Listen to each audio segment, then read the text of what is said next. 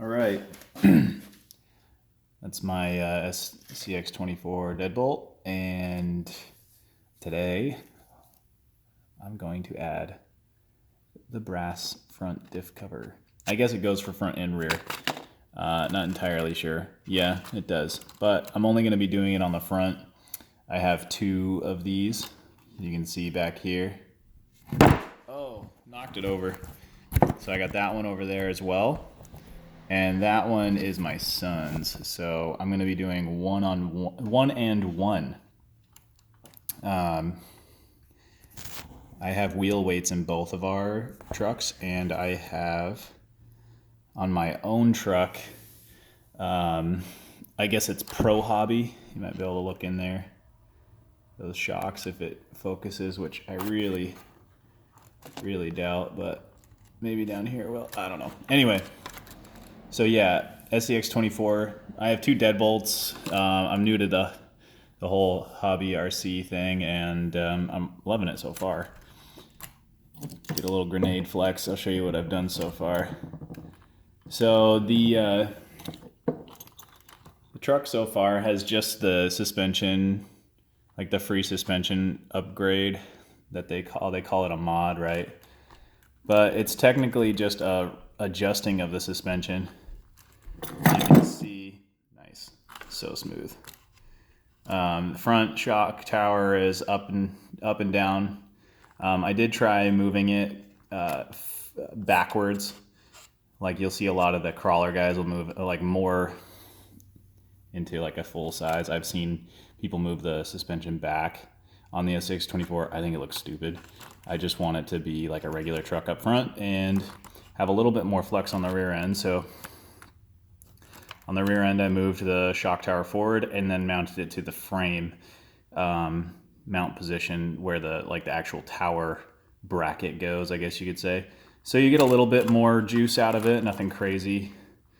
But I think it looks and handles a lot better.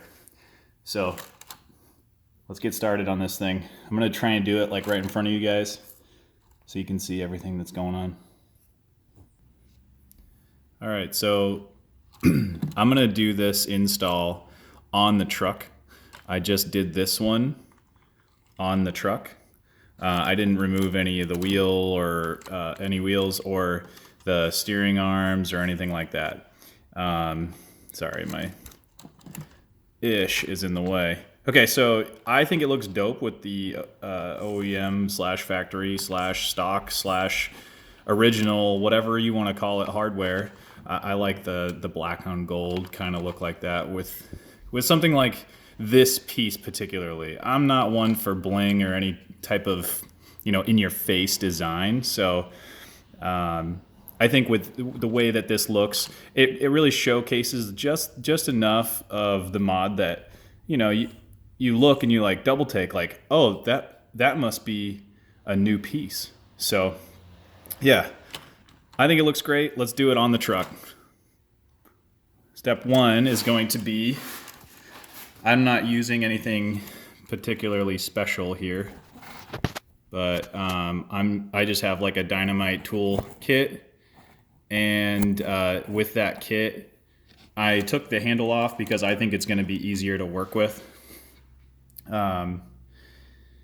Yeah, so first things first, I took off the top bolts. There's 6 bolts total to hold this plastic cover on, and it's the same thing for when you put this piece on the truck. So you can start with any of them. I usually don't say that there's any particular pattern to undo a bolts, but I also try to undo all of them to see if one of them might be stuck just in case. And if it's stripped, I don't want to seized in there, which is basically impossible with plastic. But real life, like if something's stripped in there, I don't want to pull everything completely off, break the seal on the diff, because it looks like there's a little bit of grease in these things when I did it on the other truck. And then regret like, ah, crap, like now I can't put it back together because, I took it out and I don't have an extra gasket, or in this case, like I don't have, if this was a real truck, I don't have an extra bolt, or the bolts broke off in the diff. housing. So anyway, yeah, just loosen all these stupid things all the way. I found that it's faster for me to just use no grip on my tool. It's like almost like a drill, versus like trying to do a hand twist on everything. I'm going to be reusing, like I said, the factory / Axial hardware that came with the truck, because I don't really, I don't want that aftermarket hardware going into my my holes that are threaded already.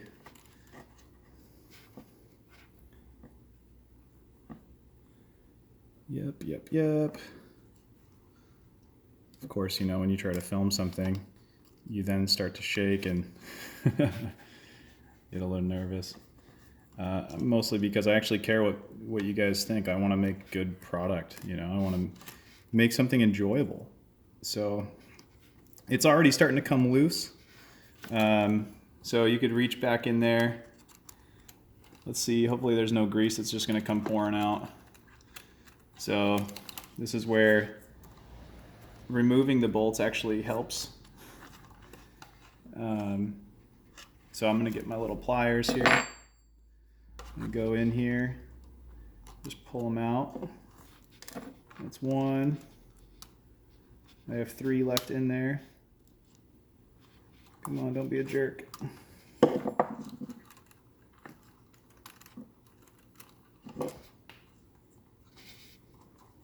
Stick the servo over. There's the other one.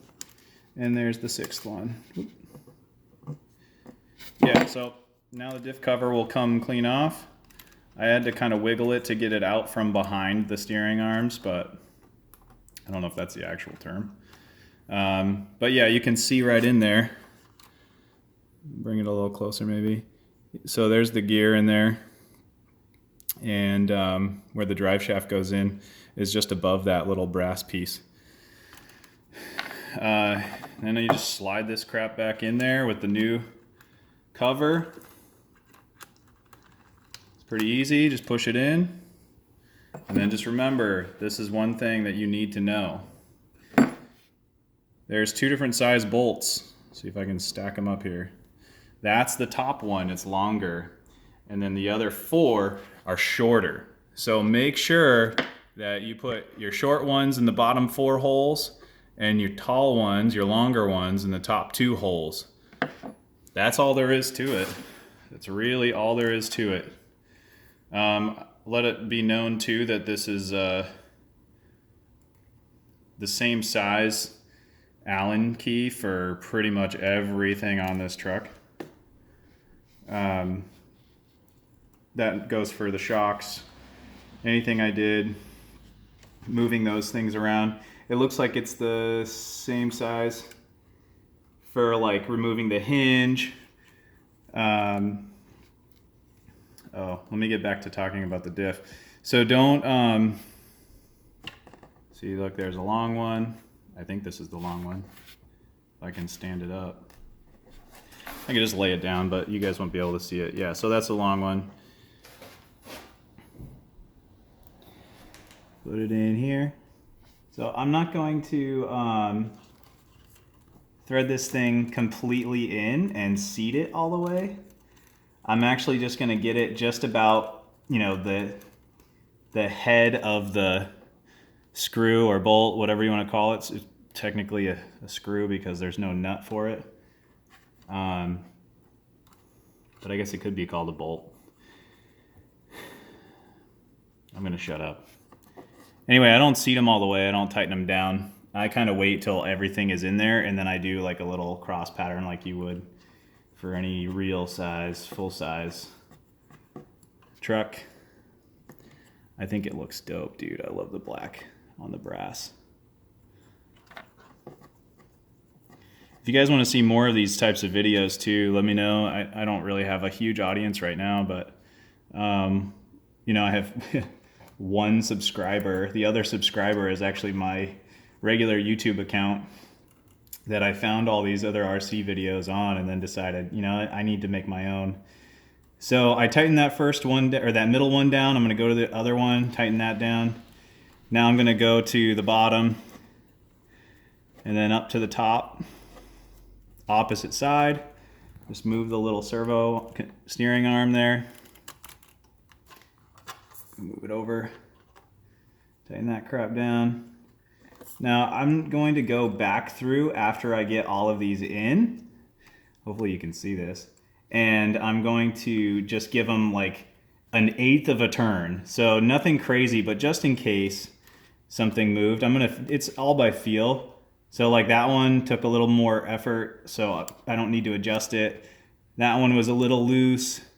That one took a little bit. Top right, nothing, good.